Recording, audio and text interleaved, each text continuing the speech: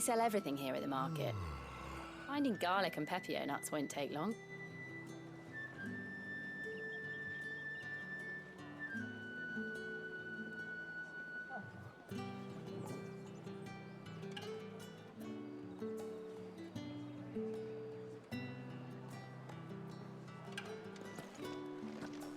Up! You'll not find a bruised...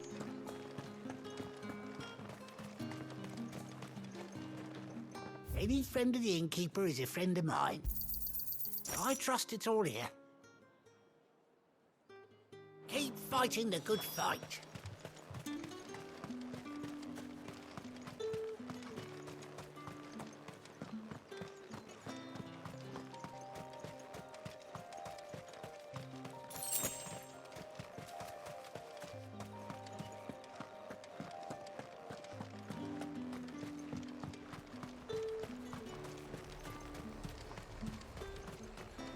Do you see anything you like?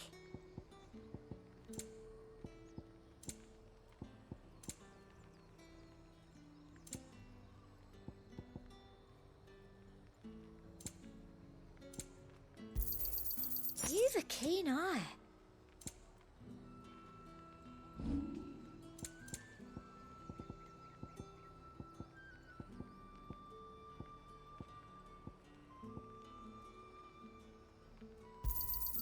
That's the best I can do. Thank you. That's the best I can do. I doubt you'll get more than that in the capital. Buy, sell, or be gone. That's everything. Let's see how Jill's getting on.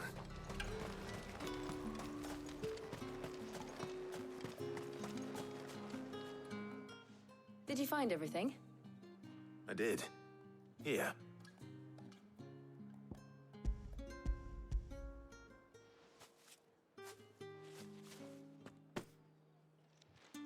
Garlic and pepio nuts. Perfect. Now all that remains is for Harpocrates to somehow turn all this into what Mid needs to keep her engine cool.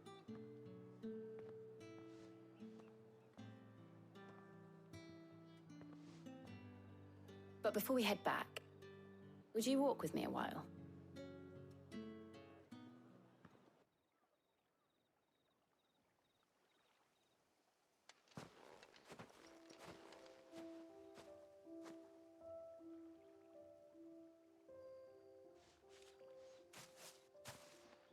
Thank you for asking me to help you today. It makes a nice change. It does. It's good to get away from all the battle and bloodshed for once. Just being here reminds me of when we were children. Do you remember? Walking down Market Street in Rosalith, taking in the sights and smells. How could I forget? What with Torgal's antics. Remember how his nose would prick up at the scent of sausages? He'd go racing away and we'd have to go running after him. We wouldn't catch you now, would we, boy? Was there anything you wanted to buy for yourself while we're here? There was, yes. Well, sort of. Molly in the kitchens told me about a place that sells particularly good pies. Thought you might like to share one with me. I would. Thank you. And I saw some bread.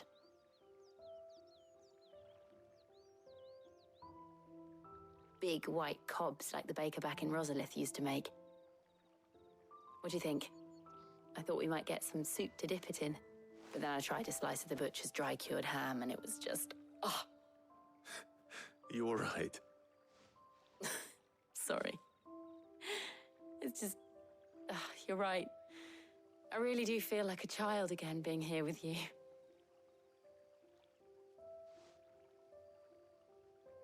Clive. Is it wrong of me to enjoy this? No, Jill. This is how life should be. And it's how our lives will be when our work is finally done. When we can live on our own terms. I hope so. Thank you, Clive.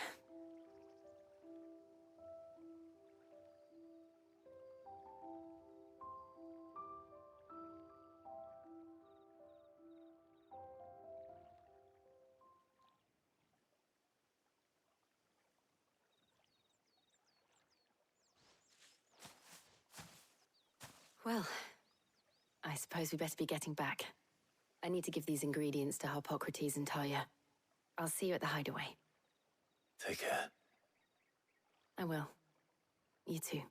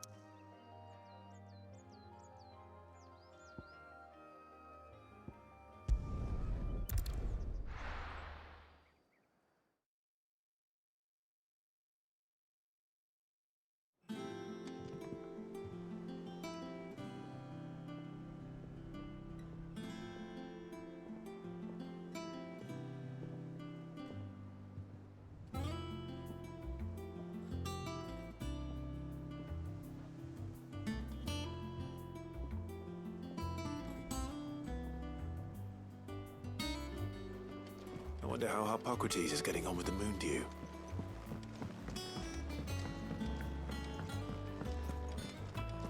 Thanks to Sid.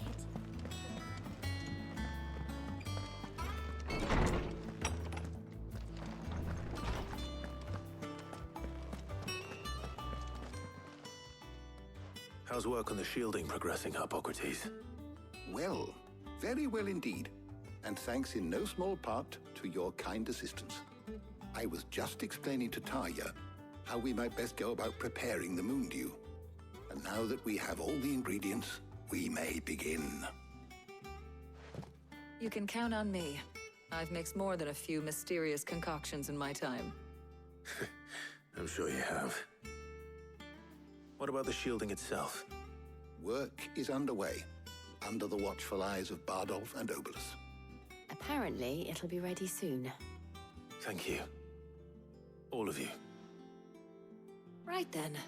Jill, would you join me in the infirmary? Many hands make light work and all that. Of course.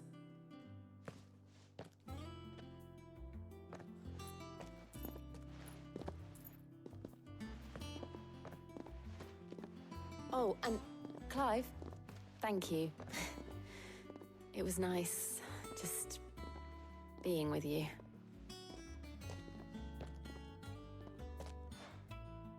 It appears our work here is almost at an end. A shame. I was enjoying playing the man of action for once. When both the shielding and the moon dew are ready, it will merely be a matter of applying the one to the other. Followed by a rigorous process of testing and retesting, of course. Perhaps someone ought to warn young Mid of that. Leave it to me. Thank you, Harpocrates.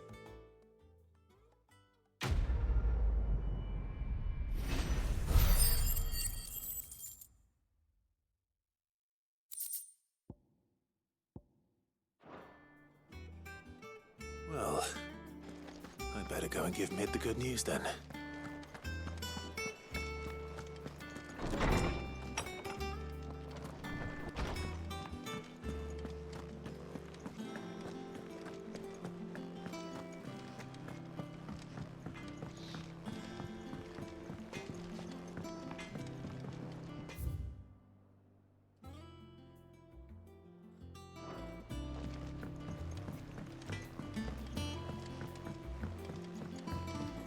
I went up to give some greens to the clock.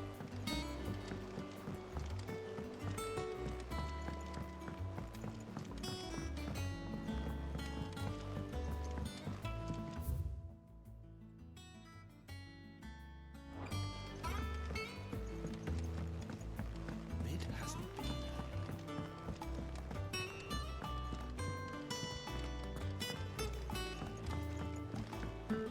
Editors started reading books that don't have any pictures in.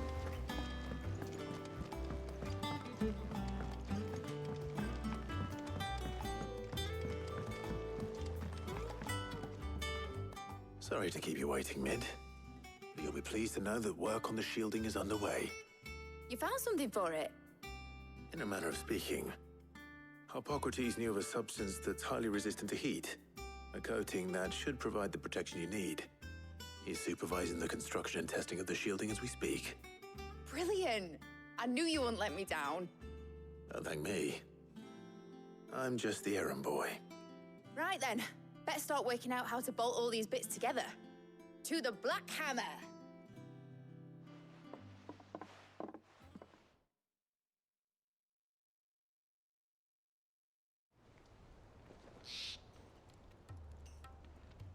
You know, when I got into the smithing game, I thought I'd be making swords and shields, not thermal bleeding didgeridoo-dahs.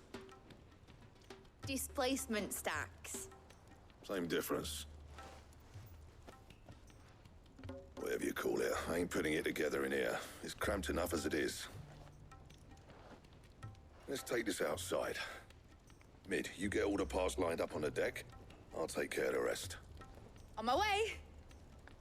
Oh, and bring me the biggest hammer you can find. This is gonna require some precision walloping.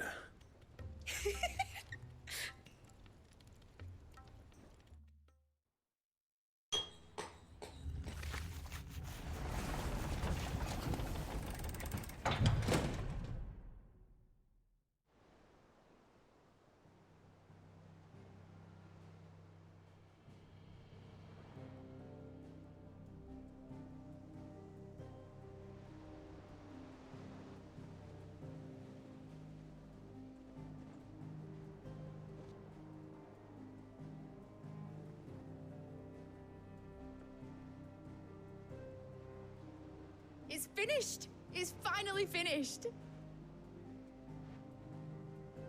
Thank fuck for that. I'll be feeling my hammer arm for weeks. Thank you, Clive, Blackthorn, everyone. That's one down and just 3 more to go. I'm sorry. Oh, didn't I tell you? The Enterprise has 4 mithril engines, and we'll be needing a displacement stack for each. You don't mean... Don't worry. Now they've got a finished one to work off. My gang in Canva can build the rest. Good luck to them, I say.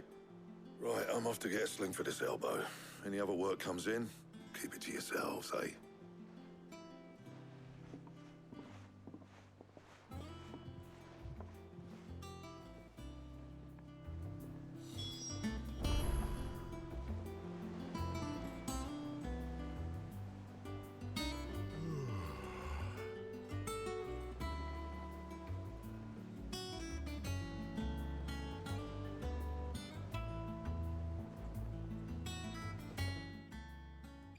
What's the matter?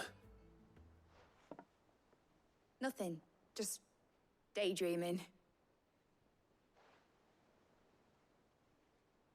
Thinking about the Enterprise sailing off over the horizon to shores unknown. Searching for a land untouched by the Blight.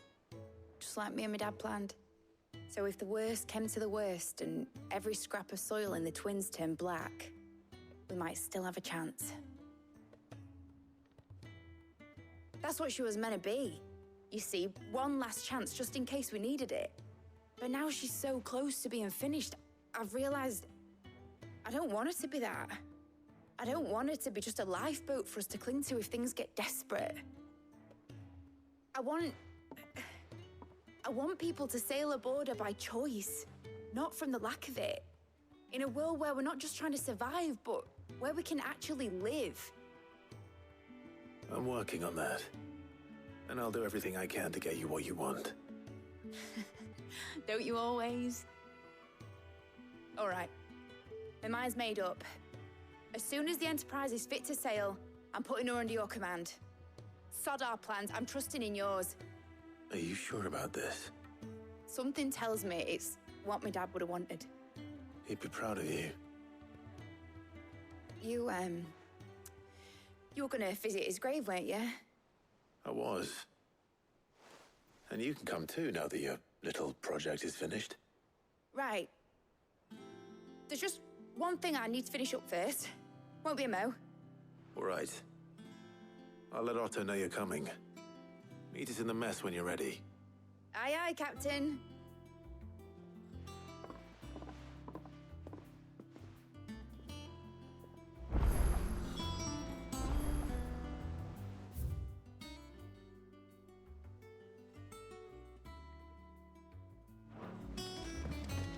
Is that the thing Tomes helped to build?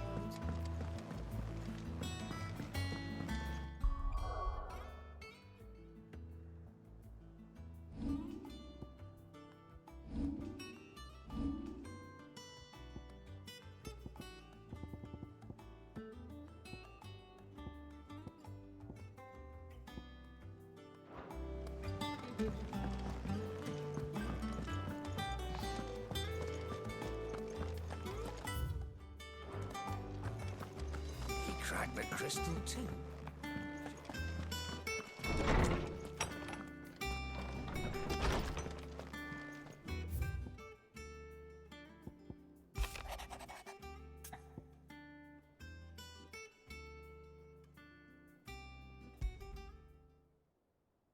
Trouble with the ledgers.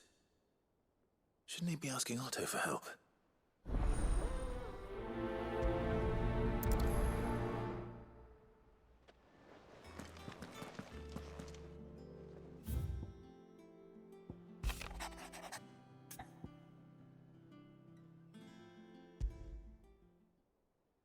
What could be wrong with Torgor? He seemed well enough when I last saw him.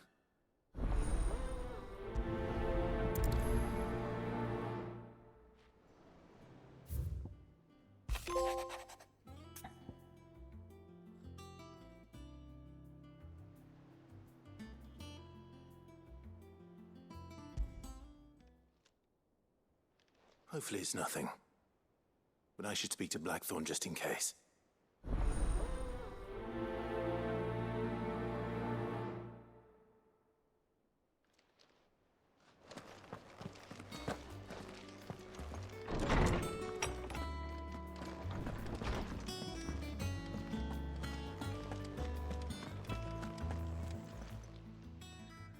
I got your note. You think something's wrong with Torgor? So you can read. Congratulations. But I didn't say I were wrong with him. I said something weren't right. He's not been eating me treats. He used to love cracking the bones from Molly's boiled brown, but now he won't so much as look at them. Didn't like him. Which is why I'm of a mind that his mind's on something else. You've not been working him too hard, have you? No harder than usual. Is that it, boy? Do you need a rest? What was it you said he was? A frost wolf? That's what the lawsman seems to think. Then maybe this all has something to do with whatever it is that's woken inside him. I suppose things have been different since Rosalith. Perhaps Hippocrates knows something. Instead of everything, you mean? Perhaps.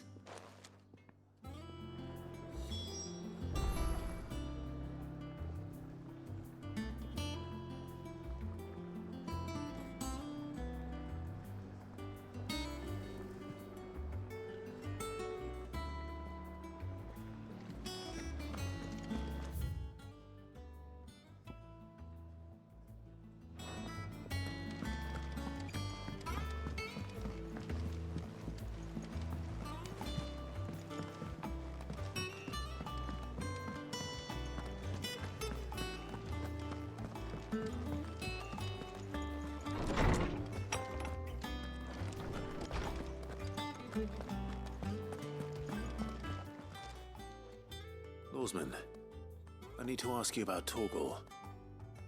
Something's not right with him. He isn't ill, is he?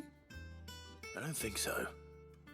But according to Lady Karen, he seems to have lost his appetite, which is certainly a new development. She says he's hardly been touching his bones of late, and she believes it may have something to do with what happened at Rosalith Castle. I rather think she might be right, though not about his appetite. All canids are instinctively inclined to crack open bones for the rich marrow that resides within, and I see no reason why a frost wolf should be any different. Accordingly, I suspect it is not a lack of appetite that afflicts Torgal, but a surfeit of it. If we assume that his newfound magics require additional nourishment to sustain, it may well be that the bones Lady Karen is accustomed to providing are no longer sufficient. Frostwolves, after all, habitually prey upon far larger animals, whose bones may yield altogether different nutrients. As to where one might find a suitable substitute, some antelopes that graze the meadows of eastern Rosaria have been known to grow to a size more than double that of their lesser cousins. I don't recall ever seeing any that large. And little wonder. The oldest and largest such creatures rarely leave the safety of the highlands for fear of predators. The last elder antelope sighting I recall hearing about took place near Cressida, and that was long before the village was abandoned. Even so, it seems like a good place to start. Good hunting, Clive.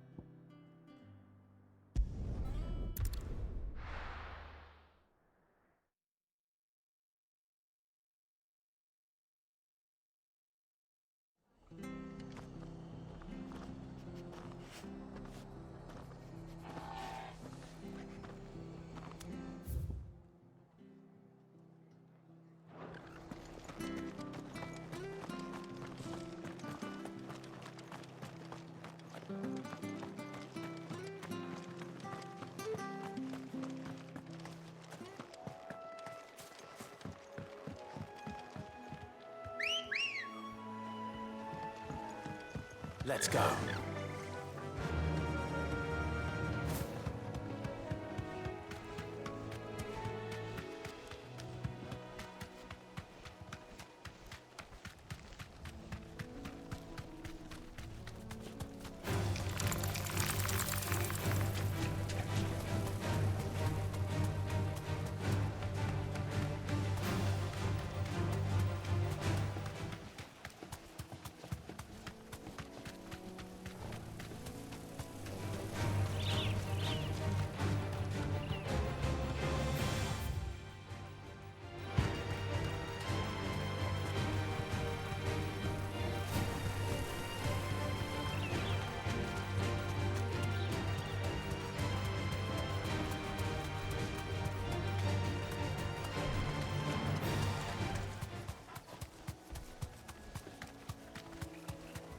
It's certainly quiet. If I were a giant antelope, it would seem like just the place.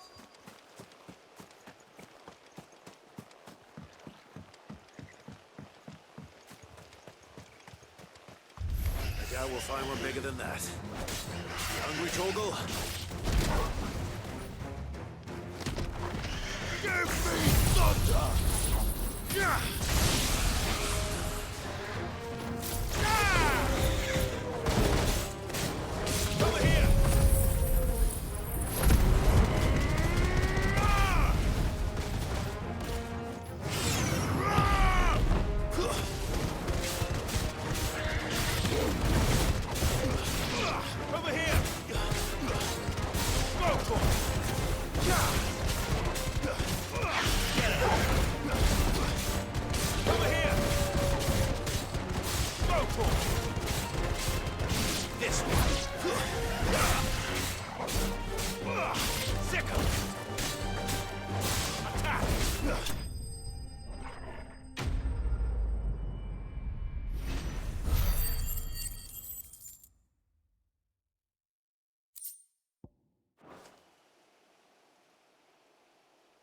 Now,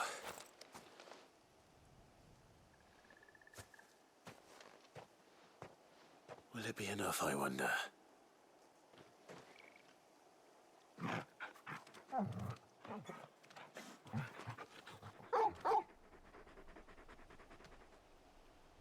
I say that answers my question, which means we owe the lawsman our thanks.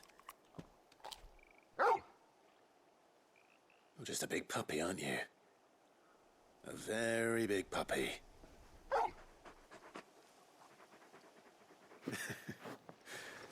You do know you can take that with you, Torgal. Lady Karen will be relieved to hear you've got your appetite back. Come on, boy.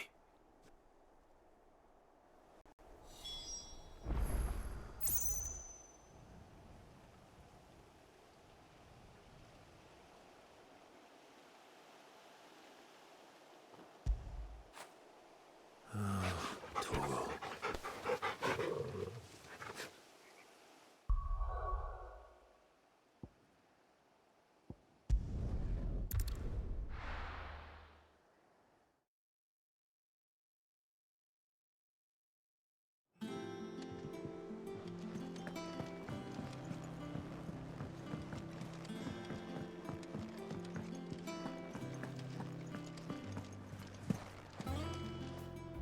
I noticed you and Torgal had gone off somewhere. Take him for a walk, did you? You could say that.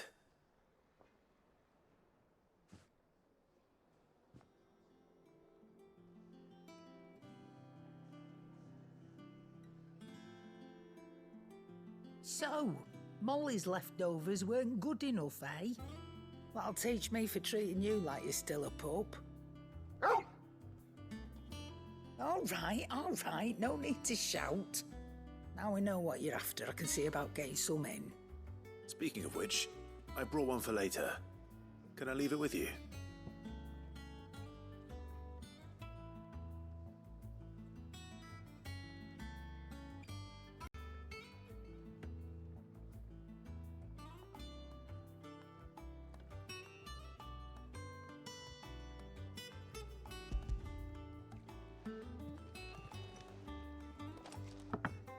You can, aye. I'm nice like that. In return, you can thank Tomes for me. The bloody know-it-all. I was just on my way to see him.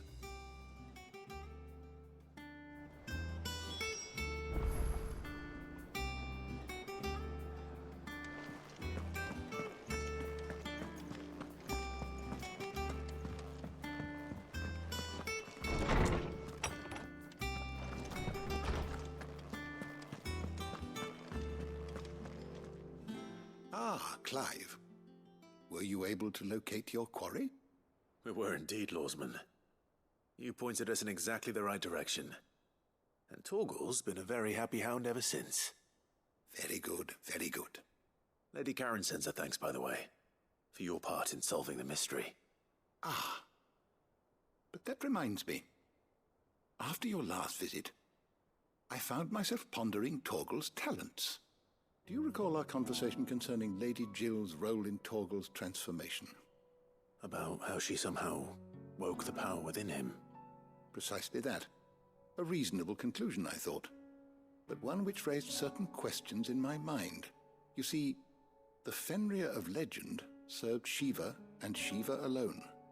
And while the powers attributed to him are certainly impressive, the records imply they are somewhat different in nature to those you described Torgal as having used. What are you suggesting? That Torgal may be the beneficiary of more than one icon's power. Consider that in addition to Lady Jill, he has served as a loyal companion to you, your brother, and even the late Cid. In short, the icons hitherto near at hand, or should I say at paw, have been diverse and plenty, and that number has only grown as the realm's dominance have fallen to your sword. One can but speculate as to how all of this has affected Torgal. He has seemed more fierce of late. And if I am not mistaken, he will grow fiercer still. We are fortunate indeed to be able to count him amongst our allies and not our adversaries. Oh, he's more than an ally. He's a friend.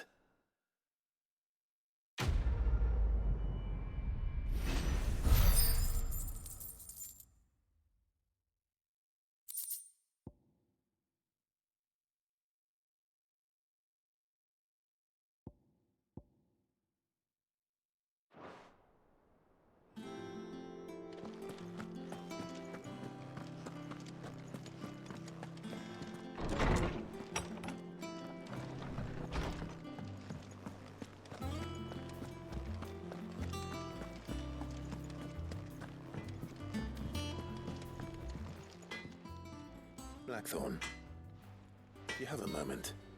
Not really, no. This won't take long. I just wanted to ask how you're getting on.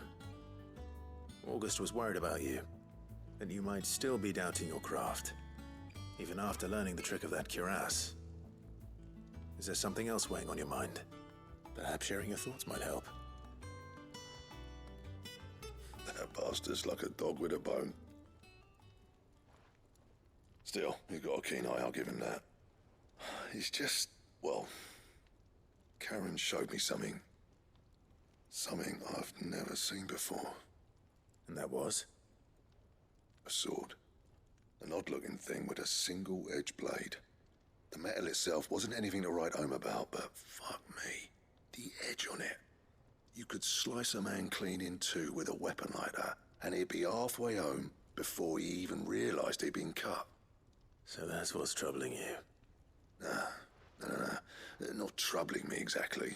More distracting. Can't stop thinking, how do you get an edge that sharp? It's driving me mad. And if you knew how to do it, we could arm the curse breakers with even better blades. That's about the size of it, yeah. I'll see what I can find out. Sharper swords are always welcome. And we can't have our master blacksmith being distracted. You're a soft touch, you know that. But I can't say I'm not grateful for it. Good luck, eh? Thank you. Let's see what Karen knows about this sword.